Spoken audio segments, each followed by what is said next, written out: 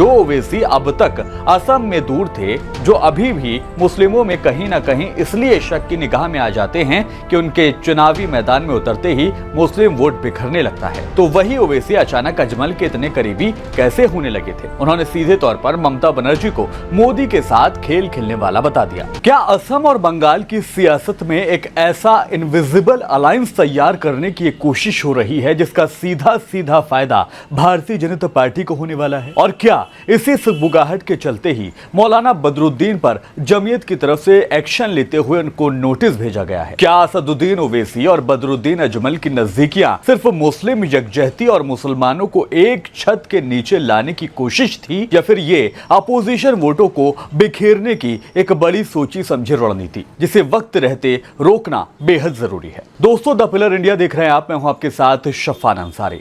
हम सभी इस बात को बखूबी जानते हैं कि असम में विधानसभा चुनाव का बिगुल बज चुका है, लेकिन असली खलबली गुवाहाटी से नहीं आई है, बल्कि दिल्ली और जमीयतुल उलेमाए हिंद के दफ्तर से शुरू हो गई है। मौलाना बदरुद्दीन अजमल को एक नोटिस मिला है जिसने मुस्लिम राजनीति में भूचाल ला दिया है। आखिर क्यों जमीयत ने अपने ही प्रदेश अध्यक्ष से नाराजगी जाहिर की है, और कैसे बंगाल में हुमायूं कबीर और असम में अजमल के साथ मिलकर ओवैसी मुस्लिम लीडरशिप के नाम पर नया दांव खेल रहे हैं, आज की इस स्पेशल रिपोर्ट में हम परत दर परत पूरे मामले का पर्दाफाश करेंगे। इसीलिए आपसे गुजारिश है कि वीडियो को आखिर तक जरूर देखिएगा, क्योंकि खेल बेहद गहरा है। दोस्तों, असम की सियासत में AIUDF यानी मौलाना बदरुद्दीन अजमल की पार्टी हमेशा से ही किंग मेकर की भूमिका अदा करती रही है, लेकिन इस बार समीकरण उस वक्त बदलते नजर आने लगे जिस वक्त मार्च के आखिरी हफ्ते में खबर आई कि AIUDF के अध्यक्ष मौलाना बदरुद्दीन अजमल और MIM के चीफ असदुद्दीन ओवैसी के बीच एक मीटिंग होने जा रही है। इस खबर ने असम में चुनावी माहौल को और भी गर्म कर दिया था, और बाद में मौलाना बदरुद्दीन अजमल ने भी इस बात की तस्दीक कर दी, ये कहते हुए कि अप्रैल की शुरू तारीख में असम में वो ओवैसी के साथ नजर आएंगे। दोस्तों, इस पूरे मामले की स्क्रिप्ट दिल्ली में ही लिखी जा चुकी थी, क्योंकि अजमल के बेटे अब्दुल रहमान अजमल ने दिल्ली में ओवैसी से उनकी रिहाइशगाह पर पहुंचकर मुलाकात की थी। खुद बदरुद्दीन अजमल ने भी इस बात की तस्दीक की थी, ये बताते हुए कि ओवैसी साहब असम आएंगे और हम उनके साथ कम से कम 8 बड़ी जनसभाएं करेंगे, और जिसकी शुरुआत हमने होते हुए देखी भी कि जब बदरुद्दीन अजमल और ओवैसी एक ही मंच पर अल्लाहू अकबर के नारे के साथ अपने सियासी जंग की शुरुआत कर रहे थे। अब सवाल ये है कि जो ओवैसी अब तक असम में दूर थे, जो अभी भी मुस्लिमों में कहीं ना कहीं इसलिए शक की निगाह में आ जाते हैं कि उनके चुनावी मैदान में उतरते ही मुस्लिम वोट बिखरने लगता है, तो वही ओवैसी अचानक अजमल के इतने करीबी कैसे होने लगे थे? क्योंकि पश्चिम बंगाल में भी चुनावी मैदान में ओवैसी के एंट्री के साथ ही कई बड़े बयान शुरू हो गए आने। उन्होंने सीधे तौर पर ममता बनर्जी को मोदी के साथ खेल खेलने वाला बता दिया, और हुमायूं कबीर, जिनका इतिहास भारतीय जनता पार्टी के साथ रहा है और वो खुद ममता बनर्जी के ही बागी लीडर हैं, उनके साथ ओवैसी का खड़ा होने का मतलब है कि बंगाल में भी मुस्लिम वोट बैंक में सेंध की कोशिश हो रही है। क्योंकि बंगाल में ओवैसी ने हुमायूं कबीर और उनकी आम जनता उन्नयन पार्टी को अपना खुला समर्थन दे दिया है। ओवैसी का यह सीधा तर्क है, वो कहते हैं कि हम मुस्लिम अल्पसंख्यक समुदाय से एक आजाद लीडरशिप खड़ा करना चाहते हैं, लेकिन राजनीति के जानकार इसे अलग चश्मे से देखते हैं।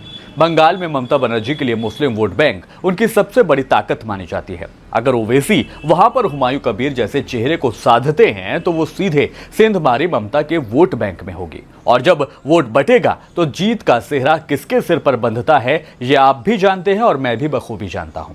इसीलिए जब खबर ये मिली कि असम में भी इसी पैटर्न को दोहराने की कोशिश MIM की तरफ से हो रही है, और जैसे ही अप्रैल की शुरुआत में मौलाना अजमल और ओवैसी एक साथ आए, जमीयत उलेमाए हिंद ने अपनी चुप्पी तोड़ दी, और वो भी सख्त लहजे में हिदायत दे दी गई। जमीयत के महासचिव मौलाना मोहम्मद हकीमुद्दीन कासिमी ने बदरुद्दीन अजमल को 24 घंटे का अल्टीमेटम देते हुए एक लिखित जवाब मांगा है। ये नोटिस कल जारी किया गया है। अब आप ये सोच रहे होंगे कि अजमल तो खुद जमीयत के बड़े नेता हैं, तो फिर ये नोटिस क्यों दिया गया? तो सबसे पहले आपको ये बता दें कि मौलाना बदरुद्दीन अजमल जमीयत उलेमाए हिंद के असम राज्य के प्रदेश अध्यक्ष हैं। और दोस्तों, जमीयत की एक पॉलिसी है कि जो 1991 में मौलाना सैयद हुसैन अहमद मदनी साहब के वक्त तय हुई थी। पॉलिसी ये है कि जमीयत का कोई भी पदाधिकारी किसी भी सांप्रदायिक दल के साथ सियासी अलायंस नहीं करेगा। और हम इस बात को जानते हैं कि ओवैसी भले ही विकास की बातें चुनाव के मैदान में शुरू में करते हैं, लेकिन आखिर आते आते चुनावी मैदान में उनकी मौजूदगी हिंदू मुस्लिम से ज्यादा नहीं रह जाती है। और ऐसे में जमीयत का मानना है कि ओवैसी की पार्टी के साथ जाना उनके मूल सिद्धांतों के खिलाफ है। यही नहीं, कई मर्तबा खुद मौलाना महमूद मदनी ने उनकी पार्टी के चुनाव लड़ने के ढंग पर एतराज जाहिर किया है, जिससे यह जाहिर होता है कि जमीयत किसी भी इंतहा पसंद सियासी पार्टी को पसंद नहीं करती। और ये नोटिस इस बात का सबूत है कि न सिर्फ जमीयत बल्कि मुस्लिम तबके के अंदर भी ओवैसी की एंट्री को लेकर भारी मुखालिफत है। दोस्तों, आप जरा यहाँ पर ठंडे दिमाग से इस गणित को समझने की कोशिश कीजिए। चाहे वो बंगाल की मुख्यमंत्री ममता बनर्जी हो या फिर असम में कांग्रेस AIUDF का पुराना अलायंस, बीजेपी को हराने के लिए मुस्लिम वोटों का एकजुट होना बेहद जरूरी माना जाता है। जब ओवैसी बंगाल में हुमायूं कबीर को समर्थन देते हैं या फिर असम में अजमल के साथ मंच साझा करते हैं, तो वो एक तीसरे फ्रंट बनाने की कोशिश होती है।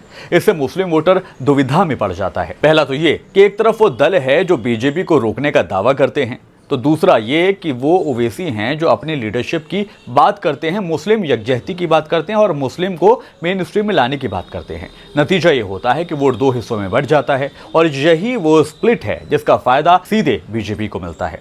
इसी वजह से अपोजिशन दल ओवैसी को अक्सर बीजेपी की मदद करने का इल्जाम लगाते हैं या फिर उनको बीजेपी की बी टीम करार देते हैं। तो दोस्तों, क्या मौलाना बदरुद्दीन अजमल जमीयत के नोटिस का संतोषजनक जवाब अब दे पाएंगे? क्या ओवैसी की 8 रैलियां असम की किस्मत बदल सकती थी जो होने वाली थी, या फिर ये सिर्फ बीजेपी की जीत का रास्ता साफ करने की एक कोशिश थी?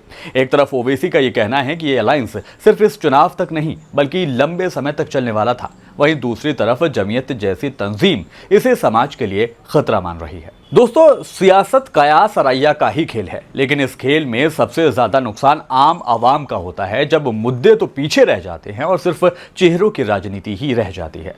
आपको क्या लगता है, क्या ओवैसी और अजमल का साथ आना मुस्लिम समुदाय के हक में होता या ये किसी बड़ी हार की तैयारी होती? कमेंट बॉक्स में आप अपनी राय हमें जरूर दें। और हाँ, अगर आपको ये रिपोर्ट पसंद आई है तो वीडियो को लाइक करें, शेयर करें और ज़्यादा से ज़्यादा शेयर करें ताकि लोगों में बेदारी फैल सके और राजनीतिक बिसात को भी लोग आसानी से समझ सके। साथ ही हमारे चैनल को सब्सक्राइब कीजिएगा। फिलहाल मुझे यानी शफार अंसारी को दीजिए इजाज़त, फिर होगी मुलाकात। आदाब, नमस्कार।